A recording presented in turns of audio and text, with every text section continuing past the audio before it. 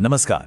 भारत एक ऐसा देश जहां सैकड़ों भाषाएं और बोलियां हैं, लेकिन क्या यही विविधता हमारी असली ताकत है या फिर एक कभी न खत्म होने वाले विवाद की जड़? आज हम भारत के इसी जटिल भाषा विवाद की परतें खोलेंगे। ये एक ऐसा मुद्दा है जो आजादी से लेकर आज तक हमारी राजनीति और हमारे समाज को लगातार एक शक्ल देता आया है। ये कोई पुरानी किताबी बहस नहीं है। जरा सोचिए, तमिलनाडु के मुख्यमंत्री का ये हालिया बयान दिखाता है कि भाषा का सवाल आज भी कितना ज्यादा संवेदनशील और विस्फोटक है।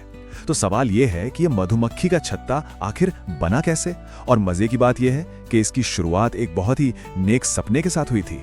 तो चलिए कहानी की शुरुआत से शुरू करते हैं, आजादी के दौर से, जब अंग्रेजों को देश से बाहर निकालने के लिए पूरे देश को एक साथ लाने की जरूरत थी। तो हमारे नेताओं ने एक साझा भारतीय भाषा का सपना देखा, एक ऐसी आवाज जो पूरे राष्ट्र में गूंजे। महात्मा गांधी और जवाहरलाल नेहरू जैसे बड़े नेताओं का मानना था कि हिंदी, जिसे देश का एक बड़ा हिस्सा समझता था, वो अंग्रेजी राज के खिलाफ हमें एक कर सकती है। गांधी जी ने तो सोचिए 1918 में ही दक्षिण में हिंदी के प्रचार के लिए संस्था तक बना दी थी।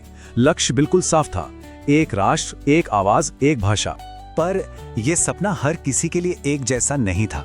दक्षिण भारत में खासकर पेरियार जैसे नेताओं ने इसे अपनी भाषा और अपनी संस्कृति पर उत्तर भारत के कब्जे की एक कोशिश के तौर पर देखा, और यहीं से उस टकराव की नींव पड़ी जो आगे चलकर संविधान सभा में एक बहुत बड़े विवाद के रूप में सामने आया। जब भारत का संविधान लिखा जा रहा था तो भाषा का सवाल शायद सबसे मुश्किल और भावुक बहसों में से एक था। यहाँ असल में भारत की आत्मा को लेकर दो अलग अलग विचार आमने सामने टकरा रहे थे। एक तरफ थे सेठ गोविंद दास जैसे नेता। उनका तर्क सीधा था कि देश की एकता के लिए एक भाषा यानी हिंदी और एक लिपि यानी देवनागरी जरूरी है। उनका मानना था कि भाई बहुमत की इच्छा का सम्मान होना ही चाहिए। लेकिन दक्षिण की आवाज वो बिल्कुल अलग थी और कहीं ज्यादा तीखी। मद्रास के टी.एल. आमरिंगम चेट्टियार ने इसे दक्षिण के लिए जीवन और मरण का प्रश्न तक कह दिया। उन्हें डर था कि हिंदी थोपना एक तरह की भाषाई गुलामी होगी जो उन्हें हमेशा के लिए पीछे धकेल देगी। और देखिए, ये सिर्फ उत्तर दक्षिण की लड़ाई नहीं थी। बॉम्बे से, यानी आज के महाराष्ट्र से, शंकरलाल देव जैसे नेताओं ने भी चेताया। उन्होंने साफ साफ कहा कि एक संस्कृति का नारा ही खतरनाक है। उनका तर्क था कि भारत की असली आत्मा तो उसकी विविधता में है, और इस पर जोर देना देश की आत्मा को मारने जैसा होगा। तो इतनी तीखी बहसों के बाद एक बीच का रास्ता निकाला गया, जिसे मुंशी आयंगर फॉर्मूला भी कहते हैं। और यहाँ सबसे जरूरी बात जो हमें समझनी है वो ये है कि हिंदी को भारत की राष्ट्रभाषा नहीं बल्कि राजभाषा बनाया गया, मतलब ऑफिशियल लैंग्वेज, और अंग्रेजी को अगले 15 सालों तक सहराज भाषा के तौर पर जारी रखने का फैसला हुआ। लेकिन 15 साल बाद क्या होगा, बस यही सवाल आगे चलकर एक बहुत बड़ी आग का कारण बना। और वो आग भड़की 1965 में। जैसे जैसे वो 15 साल की डेडलाइन पास आई, दक्षिण भारत में बेचैनी बढ़ने लगी। सबको डर था कि अब अंग्रेजी को हटाकर सिर्फ और सिर्फ हिंदी थोप दी जाएगी, और इसी डर ने भारत के सबसे हिंसक भाषा आंदोलनों में से एक को जन्म दिया। सोचिए, 26 जनवरी 1965, जिस दिन हिंदी को भारत की एकमात्र राजभाषा बनना था, तमिलनाडु में उसे शोक दिवस के तौर पर मनाया गया। एक छोटी सी झड़प से जो विरोध शुरू हुआ वो देखते ही देखते पूरे राज्य में दंगों में बदल गया। ट्रेनें जलाई गईं, सरकारी दफ्तरों पर हमले हुए और हालात बेकाबू हो गए। इस पूरी हिंसा की एक बहुत भारी कीमत चुकानी पड़ी। सरकारी आंकड़ों के मुताबिक ही इन 2 महीनों के दंगों और पुलिस कार्रवाई में लगभग 70 लोगों की जान चली गई। ये अब सिर्फ एक नीति का विरोध नहीं था, ये अपनी पहचान बचाने की एक लड़ाई बन चुका था।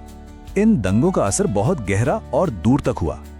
तमिलनाडु की राजनीति तो हमेशा के लिए बदल गई और डीएमके पहली बार सत्ता में आई।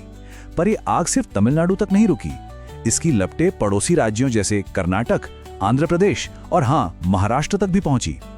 आखिर में प्रधानमंत्री लाल बहादुर शास्त्री को झुकना पड़ा और उन्होंने ये आश्वासन दिया कि अंग्रेजी तब तक इस्तेमाल होती रहेगी जब तक गैर हिंदी भाषी राज्य चाहेंगे। अब इस आश्वासन को कानूनी शक्ल देना भी जरूरी था, और यहीं से भारत की आज की भाषा नीति की नींव पड़ी, जिसने एक स्थायी समाधान खोजने की कोशिश की। 1967 में राजभाषा अधिनियम में एक बहुत जरूरी बदलाव किया गया, और ये एक ऐतिहासिक कदम था। इसने अंग्रेजी के इस्तेमाल को अनिश्चित काल के लिए एक कानूनी गारंटी दे दी। एक तरह से इसने भारत की द्विभाषी यानी बाइलिंगुअल नीति पर एक पक्की मोहर लगा दी, जो आज भी जारी है। इसी के साथ स्कूलों के लिए एक त्रिभाषा सूत्र का आइडिया भी सामने आया।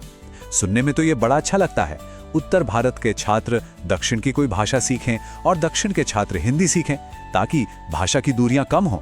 लेकिन सच तो ये है कि ये फॉर्मूला कभी भी पूरे देश में ठीक से लागू हो ही नहीं पाया और आज भी एक बहस का मुद्दा बना हुआ है। अब जरा इन आंकड़ों को देखिए, ये बहुत दिलचस्प है। हमें अक्सर लगता है कि भारत में ज्यादातर लोग हिंदी बोलते हैं, है ना? पर 2011 की जनगणना की कहानी कुछ और ही है। असल में सिर्फ 25% लोगों की मातृभाषा हिंदी है। हाँ, अगर हम उन लोगों को भी जोड़ लें जो इसे दूसरी या तीसरी भाषा के तौर पर बोलते हैं, तो ये आंकड़ा 44% तक पहुंचता है। लेकिन इसका सीधा सा मतलब क्या है कि आज भी भारत की आधी से ज्यादा आबादी के लिए हिंदी एक बाहरी भाषा है। और यही आंकड़े हमें आज की चुनौतियों पर वापस ले आते हैं, क्योंकि इतिहास भले ही बदल गया हो, लेकिन भाषा को लेकर जो तनाव है वो खत्म नहीं हुआ है। जैसे 2020 की नई शिक्षा नीति, इसमें त्रिभाषा सूत्र को फिर से लागू करने की बात तो की गई, लेकिन ज्यादा लचीलेपन के साथ। हालांकि तमिलनाडु जैसे राज्यों ने इसे सीधे सीधे खारिज कर दिया और अपनी 2 भाषा नीति पर ही कायम रहे। इससे बहस एक बार फिर ताजा हो गई। और हाल के सालों में तो ऐसे कई प्रस्ताव आए हैं जिन्होंने इस आग में घी डालने का काम किया है, चाहे वो IITs में हिंदी माध्यम से पढ़ाई की बात हो, या सरकारी नौकरियों के लिए हिंदी की अनिवार्यता, या फिर पूर्वोत्तर में हिंदी को अनिवार्य बनाने का प्रस्ताव। इन सब ने पुराने डर को फिर से जगा दिया है। और दूसरी तरफ कर्नाटक जैसे राज्य हैं जो अपने साइन बोर्ड पर अपनी भाषा को प्राथमिकता देने के लिए कानून बना रहे हैं। तो ये लड़ाई सिर्फ हिंदी के खिलाफ नहीं, अपनी पहचान बचाने की भी है। तो हम घूम फिर कर फिर से उसी मूल सवाल पर आ जाते हैं, क्या भाषाएं हमें जोड़ती हैं या बांटती हैं? भारत का तजुर्बा बताता है कि जवाब शायद दोनों है। एक तरफ हमें एक संपर्क भाषा चाहिए, तो दूसरी तरफ हजारों साल पुरानी क्षेत्रीय पहचान को बचाने की जिम्मेदारी भी है। और इसी संतुलन को साधना शायद भारत के भाषाई भविष्य की सबसे बड़ी चुनौती है।